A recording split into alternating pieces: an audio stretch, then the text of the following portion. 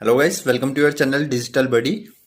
Guys, आज की इस वीडियो में हम बात करने वाले हैं एक मोस्ट पॉपुलर जो टॉपिक चल रहा है मार्केट पे और मोस्ट पॉपुलर जो एक इन्वेस्टमेंट चल रही है, क्रिप्टो करेंसी। जी गाइस, आप में से बहुत लोगों ने क्रिप्टो करेंसी का नाम या बिटकॉइन का नाम आपने पहले जरूर सुना होगा और हो सकता है जितने लोग ये वीडियो देख रहे हैं आप में से बहुत लोग क्रिप्टो करेंसी पर इन्वेस्ट भी करते होंगे। तो गाइस, इस वीडियो में हम यही आपको बताने वाले हैं जो भी बेसिक कॉन्सेप्ट है क्रिप्टो करेंसी के, कि क्या होती है क्रिप्टो करेंसी, कैसे आप क्रिप्टो करेंसी को खरीद सकते हैं, बेच सकते हैं, कैसे आप इसमें इन्वेस्ट कर सकते हैं और क्या क्या इसमें फायदे हैं और क्या क्या नुकसान है। तो ये सारा चीज़ हम इस वीडियो में आपको बताएंगे। तो वीडियो अगर आपको पसंद आए तो वीडियो को लाइक ज़रूर करें। तो गाइस, सबसे पहले हम जानेंगे what is crypto currency. Crypto currency क्या होती है? तो दोस्तों, जैसा कि आप सभी जानते हैं, किसी भी देश को या उस देश के नागरिकों को अपनी जो भी ज़रूरतें हैं उनको पूरा करने के लिए एक करेंसी की ज़रूरत पड़ती है। जैसे हम इंडिया पे रहते हैं तो हमारे पास आईएनआर है और उसी तरीके से अमेरिका के पास डॉलर है। ऐसे ही हर कंट्री के पास अपनी अपनी एक करेंसी होती है, ठीक है, जिससे वो अपनी नीड्स को पूरा करते हैं। तो जैसे कि अभी टेक्नोलॉजी बढ़ती जा रही है, हम लोग भी डिजिटल होते जा रहे हैं, है ना। जैसे जैसे टेक्नोलॉजी बढ़ रही है हम भी डिजिटल होते जा रहे हैं।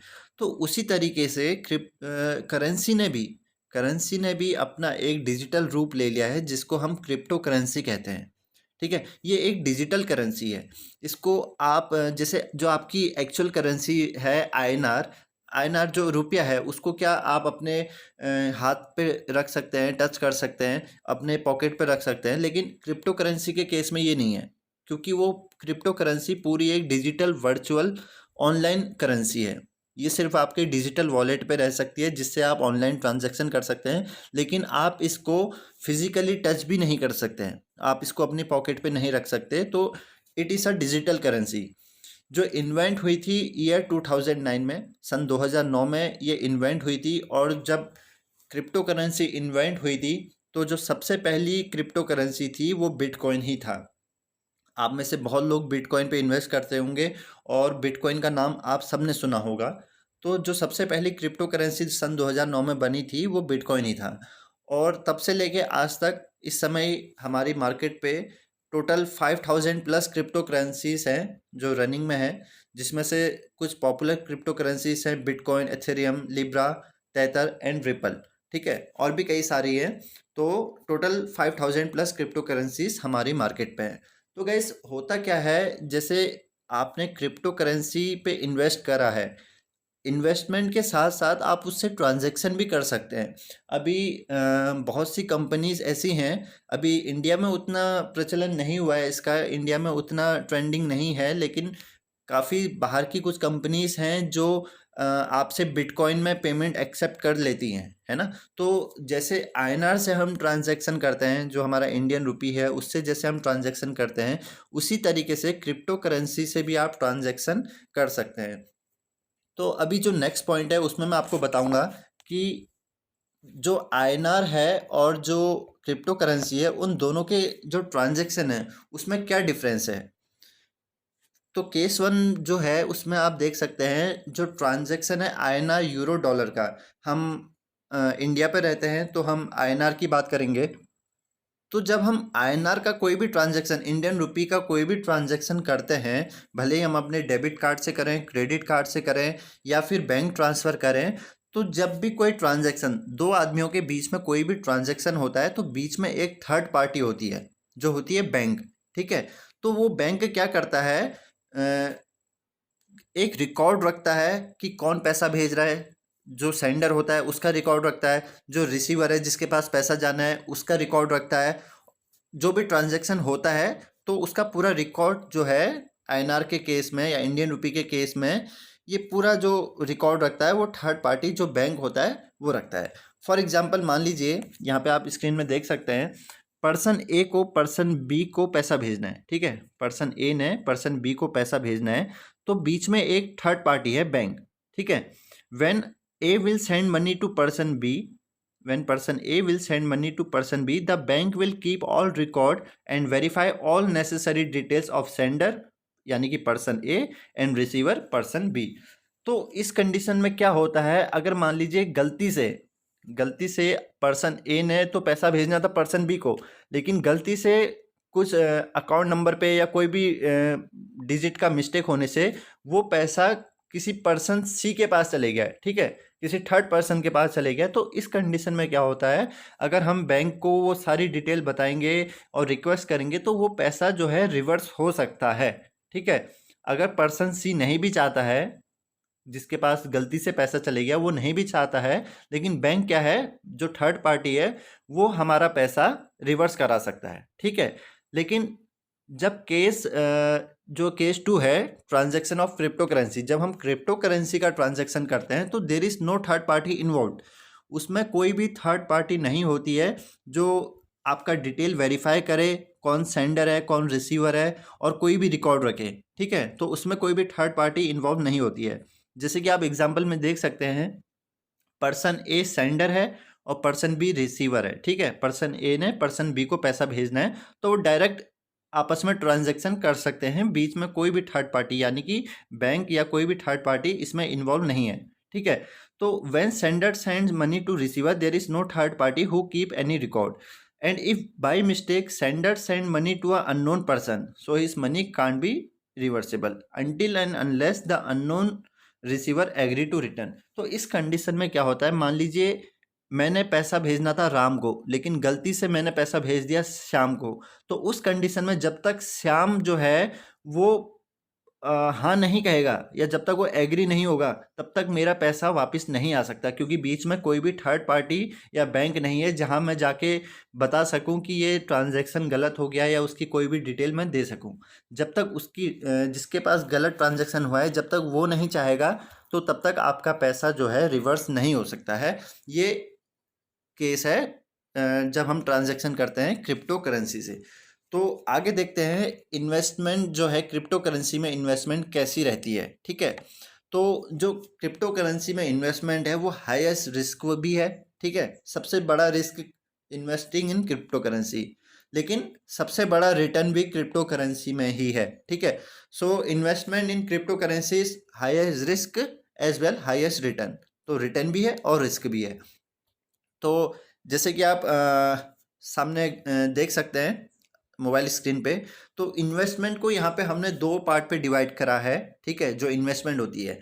तो देखिए, एक होती है एक्चुअल इन्वेस्टमेंट और एक होती है वर्चुअल इन्वेस्टमेंट, ठीक है। इन्वेस्टमेंट को क्योंकि हम यहाँ पे INR की भी बात कर रहे हैं, ठीक है, जो आज तक हम इस्तेमाल करते हुए आ रहे थे, और जो अभी डिजिटल करेंसी का स्टार्ट हो गया है, तो हम दोनों को लेते हुए हमने इन्वेस्टमेंट को दो पार्ट पे डिवाइड करा है। एक है एक्चुअल इन्वेस्टमेंट जो हमारा ओल्ड कॉन्सेप्ट है, और एक है वर्चुअल इन्वेस्टमेंट जो हमारा नया कॉन्सेप्ट है, ठीक है। तो ओल्ड कॉन्सेप्ट जो हमारा एक्चुअल इन्वेस्टमेंट जो हम लोग आज तक करते थे वो क्या होते थे, equity fund, gold, shares, property, इन चीज़ों में हम इन्वेस्ट करते थे, ठीक है। जैसे गोल्ड पे कर दिया या प्रॉपर्टी पे कर दिया या शेयर्स ले लिए, तो ये हमारा एक्चुअल इन्वेस्टमेंट जो हमारा ओल्ड कॉन्सेप्ट है। लेकिन जो वर्चुअल इन्वेस्टमेंट का जो नया कॉन्सेप्ट है वो क्या है कि हमने क्रिप्टो करेंसी पे इन्वेस्ट कर दिया, बिटकॉइन पे, एथेरियम पे, रिपल पे, एटसेट्रा, ठीक है। तो ये नया कॉन्सेप्ट है, वर्चुअल कॉन्सेप्ट है, ठीक है। लेकिन जो हमारा ओल्ड कॉन्सेप्ट है वो क्या है, स्लो एंड प्रेडिक्टेबल, ठीक है। वो बहुत स्लोली बढ़ता है, ठीक है। अगर उस पर हम इन्वेस्टमेंट कर रहे हैं तो जो हमारा रिटर्न है बहुत स्लो होता है, बहुत धीरे धीरे बढ़ता है। लेकिन क्या, एक प्रेडिक्टेबल, मान लीजिए हमने कोई एफडी करी तो एक प्रेडिक्टेबल है, जिस समय हम एफडी कराते हैं तो हमें पता है कि इतने साल में हमें इतना % इंटरेस्ट मिलने वाला है। लेकिन क्रिप्टो करेंसी यानी कि वर्चुअल इन्वेस्टमेंट जब हम करते हैं, मान लीजिए बिटकॉइन पे या किसी भी क्रिप्टो करेंसी पे हम इन्वेस्ट करते हैं, तो वो क्या फास्ट है, ठीक है। फास्ट तो है बहुत तेजी से, जैसे अभी आपने 100 रुपये का खरीदा तो हो सकता है सुबह उठने तक वो 150 या 200 का हो जाए या फिर कम का हो जाए। फास्ट है, बहुत जल्दी बढ़ता है, लेकिन अनप्रेडिक्टेबल है। आप उसमें कुछ भी प्रेडिक्ट नहीं कर सकते हैं कि बढ़ेगा या घटेगा, आप कुछ भी प्रेडिक्ट नहीं कर सकते हैं, ठीक है। लास्ट पॉइंट जो है, जो हमारा ओल्ड कॉन्सेप्ट है, मान लीजिए आपको कोई भी अपने फ्यूचर के लिए, अपने बच्चों के लिए कोई भी अगर इन्वेस्टमेंट आप करते हैं तो आप उस पर डिपेंडेबल रहते हैं, ठीक है। अगर आपको मान लीजिए अपनी लड़की की शादी के लिए कुछ अमाउंट जो है रखनी है, तो उसको आप अपने एक्चुअल इन्वेस्टमेंट जो आपका ओल्ड कॉन्सेप्ट है, यानी कि हो सकता है आप उसको गोल्ड की तरह रखें या कोई प्रॉपर्टी पे रखें, आप उस पर डिपेंडेबल रह सकते हैं, ठीक है। लेकिन in case of virtual investment, जब आप बिटकॉइन पे या क्रिप्टो करेंसी पे जब आप इन्वेस्ट करते हैं तो आप उस पर डिपेंडेबल नहीं रह सकते हैं, ठीक है। ज़रूरी नहीं कि वो पैसा आपका सेफ रहेगा, सेफ यानी कि डूबेगा नहीं। ज़रूरी नहीं कि उसमें प्रॉफिट ही हो सकता है उसमें आपको लॉस हो जाए, ठीक है।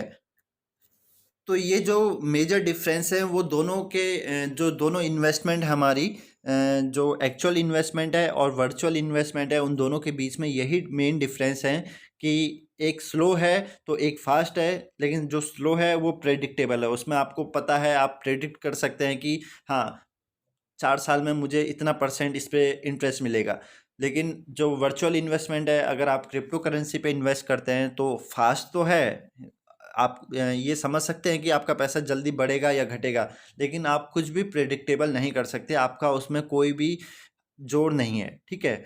और ना ही आप डिपेंडेबल रह सकते हैं क्रिप्टो करेंसी पे, और जो वर्चुअल इन्वेस्टमेंट है उस पे आप डिपेंडेबल नहीं रह सकते हैं। लेकिन जो हमारा ओल्ड कॉन्सेप्ट है उस पे आप डिपेंडेबल रह सकते हैं। सो आगे बात करते हैं गाइस। बहुत सी ऐसी बड़ी कंपनीज हैं जो बिटकॉइन या अदर क्रिप्टो करेंसीज पे पेमेंट जो है अब एक्सेप्ट करने लग गई हैं, है ना।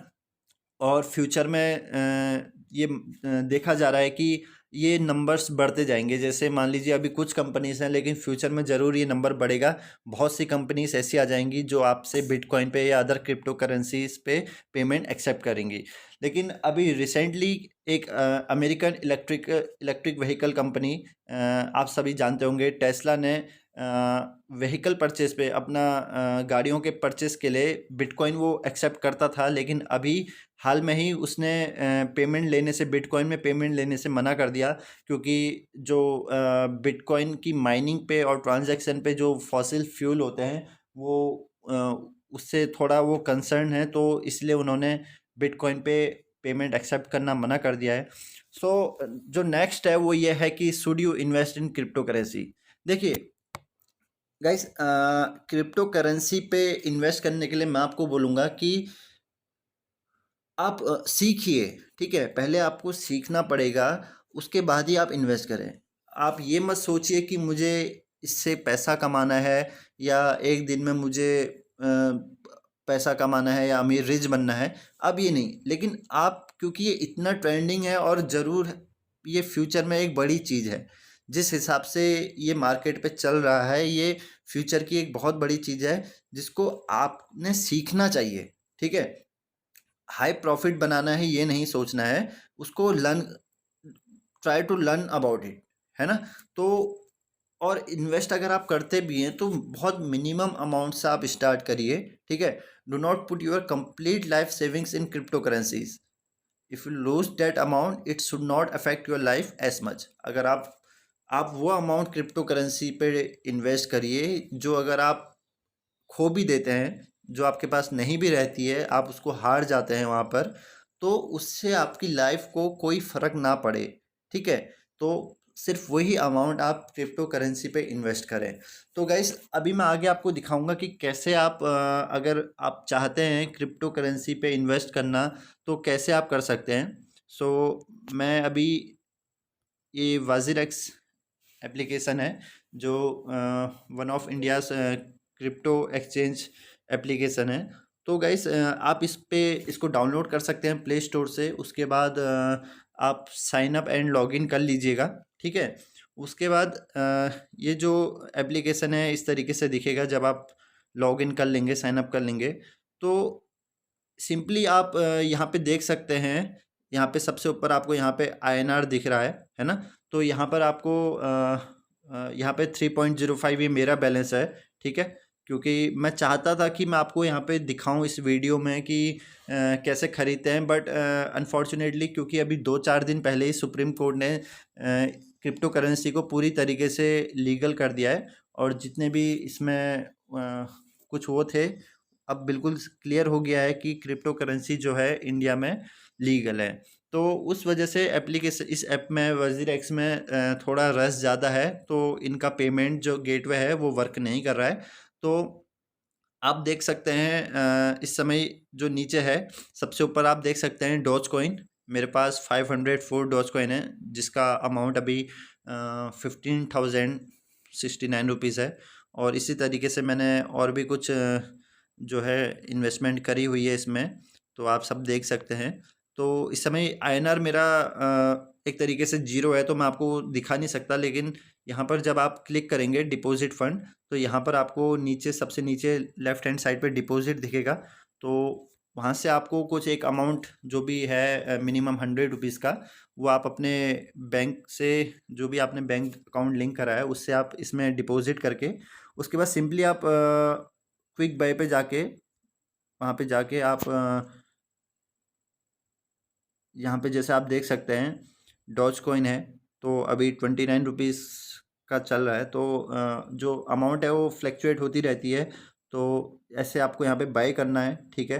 तो इस तरीके से काफ़ी इजीली आप कर सकते हैं। तो मैं कोशिश करूँगा नेक्स्ट वीडियो पे और ब्रीफली इसको समझाऊँ, लेकिन जो बेसिक टर्म्स हैं वो मैंने इस वीडियो में आपको दे दिए हैं।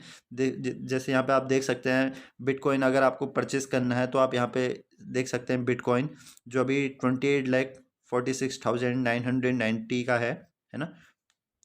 तो 28 लाख का अभी बिटकॉइन चल रहा है। तो आप ज़रूरी नहीं कि अगर आपको बिटकॉइन परचेस करना है तो आपको 28 लाख रुपीज़ चाहिए। आप मिनिमम अमाउंट का क्योंकि सबसे जो अच्छी बात है क्रिप्टो करेंसी की वो ये है कि आप उसको कुछ डेसिमल नंबर्स में भी ले सकते हैं। आप उसको मिनिमम 500 रुपये का भी ले सकते हैं, 1000 का भी ले सकते हैं, है ना। तो ज़रूरी नहीं कि बिटकॉइन अगर 28 लाख का एक बिटकॉइन है, तो आप 1000 रुपये का उसका कोई एक छोटा सा पार्ट भी ले सकते हैं, है ना। तो ये एक अच्छी चीज़ है। तो मैं आपसे ये कहना चाहूँगा कि थोड़ा इसके बारे में समझिए, इस वीडियो को देखिए, और आगे भी हम कोशिश करेंगे और अच्छे से आपको ये पूरा टर्म क्लियर करने की। तो बेसिक चीज़ें इसकी पहले सीखिए, और पहले कोशिश करिए कि इन्वेस्टमेंट आप बाद में करें, उससे पहले पूरा सीख लें इसको। और इन्वेस्टमेंट अगर आप करते भी हैं तो एक छोटी अमाउंट से पहले स्टार्ट करें। ऐसा नहीं कि आपने सीधे कोई बड़ी अमाउंट से इस पे स्टार्टिंग करी, तो वो चीज़ ठीक नहीं है। तो पहले कोशिश करिए कि जितना हो सकता है इसको सीखिए, उसके बाद इन्वेस्टमेंट करिए। Thanks for watching, thank you so much.